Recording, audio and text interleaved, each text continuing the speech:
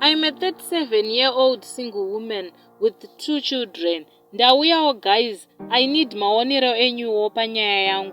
Nyaya yangu yakamira yakadai. Ndina baba vandakasangana navo tikawirirana murudo. Baba ava is 54 years and vanoti vakasiyana nemudzimai wavakaita naye vana vaviri.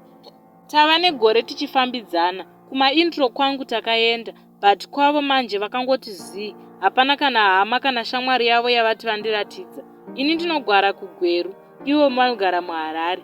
Tinoonana like twice pamwedzi, but ndini ndinongoenda kuHarare. Ivo kuGweru havasati vamboitawo effort yekundishanyira. Vanongoti ndiri busy. Sazi vakambotyoka gumbo, saka vanoti kudrive malong distance kunovanetsa. Zvimwe zvese vanondiitira havo, but paakundinetsa ndipo pekusaziva kana shamwari yavo kana pavanogara, because ndikaenda kuHarare kwacho tinongorara mulodge. I'm now suspecting kuti baba ava zvekurambana nemukadzi wavo dzinenge nhema. Chaakundipa wari now is because vakuti ndoda kuroora, ini ndisina kana hama yavo yandinoziva, ivo vasina kana kumboisawo effort yekuda kuzivawo kwandinogara.